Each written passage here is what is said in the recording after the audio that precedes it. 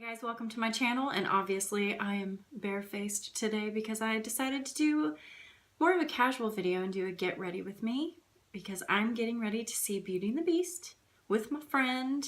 We are going to like a 3:10 matinee, then going to our friend's art show, and then maybe get a few drinks after. So we're gonna take down the town. Before I started filming was Prime. I went in with this Makeup Forever Step 1 Skin Equalizer on my nose area because that's where the foundation kind of breaks up the most. And then the rest I use this Glam Glow Glow Starter Mega Illuminating Moisturizer and Hydrating, which gives it a nice little sheen. And since my skin is a little bit more dry, I like that dewy finish. If not, I will look like a cakey mess. So this is my first get ready with me, so I hope you like it. Some of my goals for this video is to talk about Beauty and the Beast, obviously. Some of the things I'm looking forward to, some of the things I'm nervous about. Because if you don't know me, Beauty and the Beast is my all-time favorite. I have loved it since I was the age of 4, and I've sung it since the age of 4, and I know that movie like the back of my hand. So that's why I'm a little nervous. And kind of talk about the future of some of the things that I want to film. Maybe get your input, what you'd like to see. I have myself on track here with some notes because I get a bit rambly. Obviously, I'm going to start off with foundation. And so I use a dampened beauty sponge. This is the Real Techniques beauty sponge. My foundation is on, and I know my lighting isn't the best. I have my makeup table here with 2 lamps on either side, and the bulbage is pretty high. So this lighting is going to be what it is. My eyes look a little white. It's because I use this Urban Decay version Thicker, Longer, Stronger Lash Primer. The days when I want a little bit more oomph. So I'm going to do a tiny bit of concealer here. This is the Naked Skin Urban Decay. Of course, we all want Shape Tape, but I've just been lazy. And I normally like to use things out before I buy a new one. So I'm using this one up. It's about done. And I might try me some Tarte Shape Tape. Kind of feeling a little glowy today since I'm seeing Beauty and the Beast and I'm thinking about her gold dress.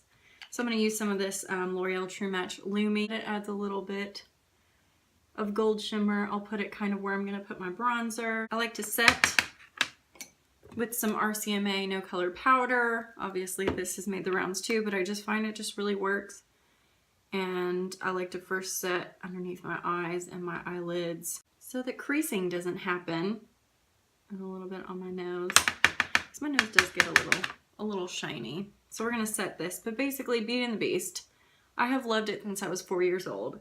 And I have sung it since I was 4 years old. So when I sing it exactly how Belle sings it, okay? I think Emma Watson will do a wonderful job. I'm just nervous about the vocals. Emma Watson is not, even if she's a singer, she's not a professional singer. Of the clips that I've heard, she's very much auto-tuned and tuned. You can hear a trained voice, and a trained voice can do all the fun stuff, and you can hear it. Like when Ariana Grande and John Legend are singing the new Beauty and the Beast song, you can hear that in the studio they were throwing out a ton of different ideas, doing complex things with their voice, and you can hear that when you're a trained singer. In this circumstance, I would have really loved if they would have done a voiceover situation.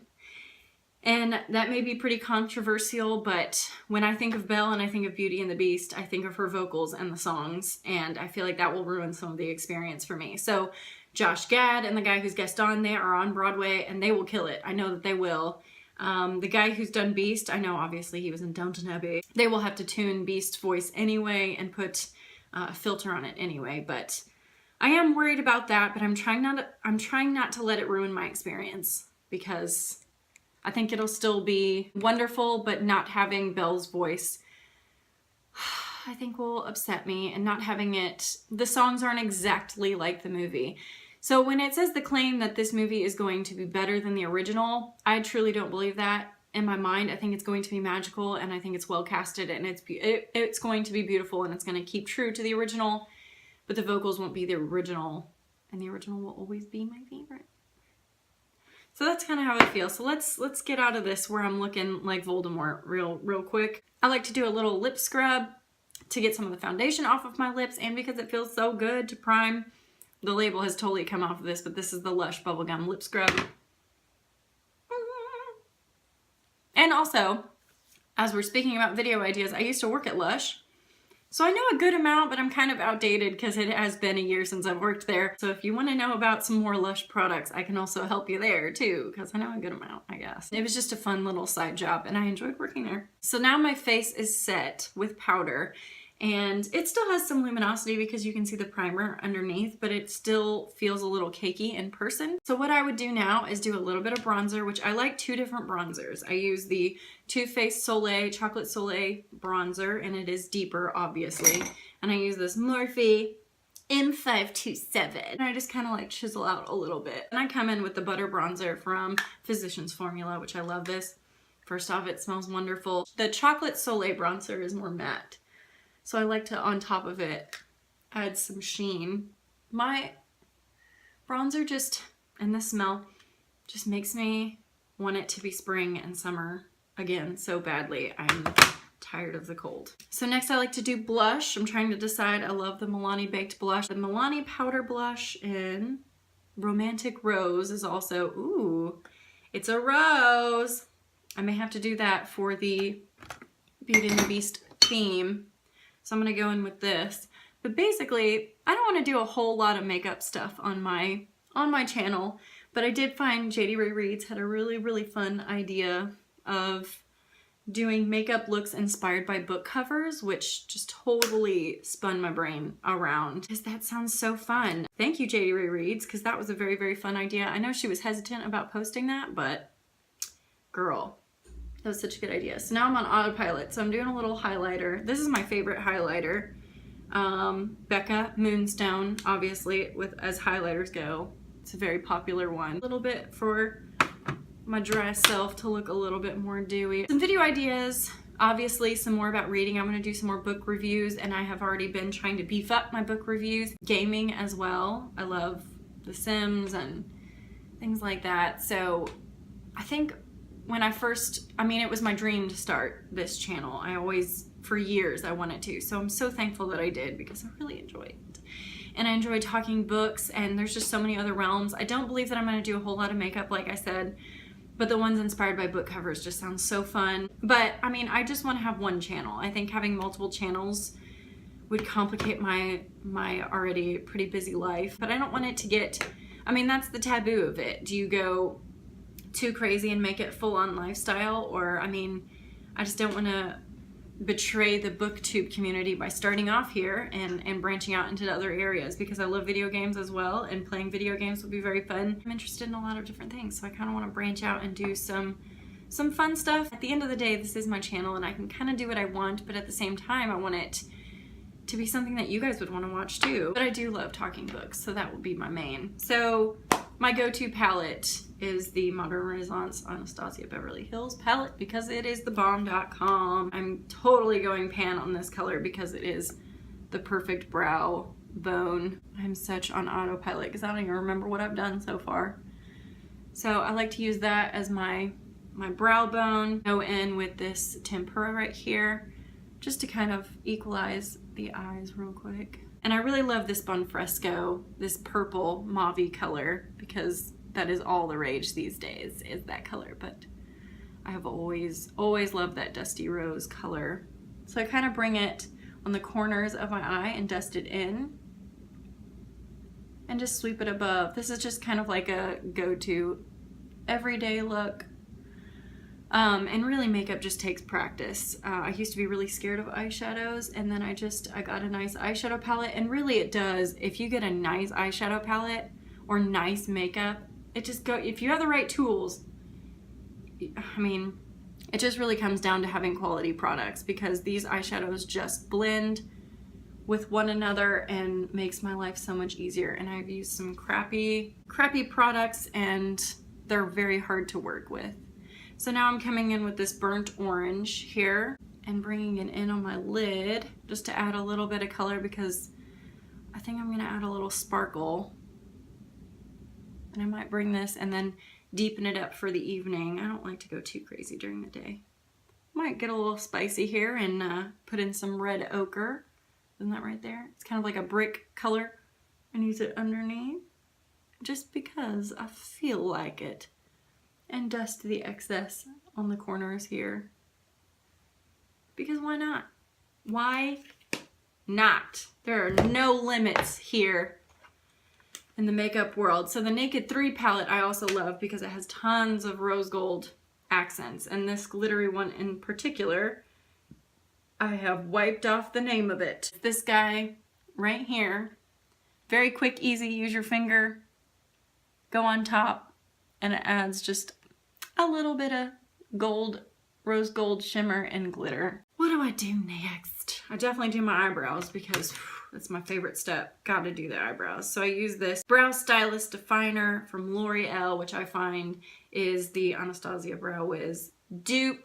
The key is just drawing the base line. Then you go up on the upper line.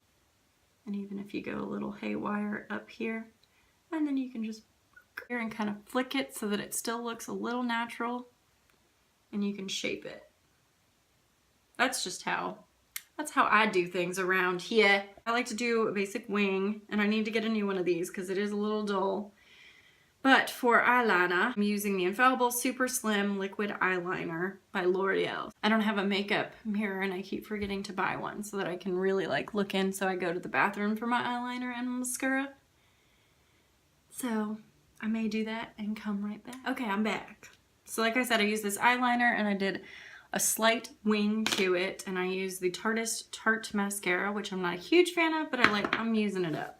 Then I got a sample of this Lashcraft Length and Volume Sephora mascara, and it's not that bad either. Still trying to find my dream mascara. But basically, this is the look here. And then the last step, you want to set it, and I use the Urban Decay All Nighter Spray, which I enjoy. So we gonna set that be. This would be what I kind of wear to work or basic ass makeup, okay? And then I'm gonna use this NARS. I got this little sample in the Sephora Play Bound Velvet Lip Glide, and I like it. Kind of feels glossy, but gives nice pigment. I'm gonna bring a few things just so I can vamp up my evening look.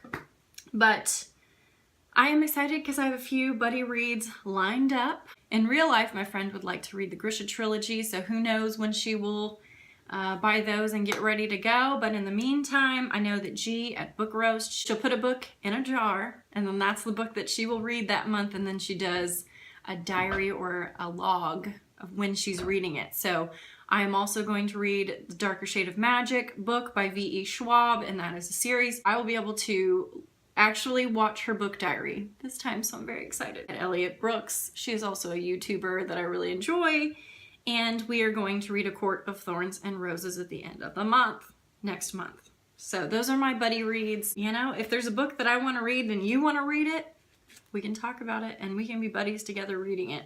I am not against that at all.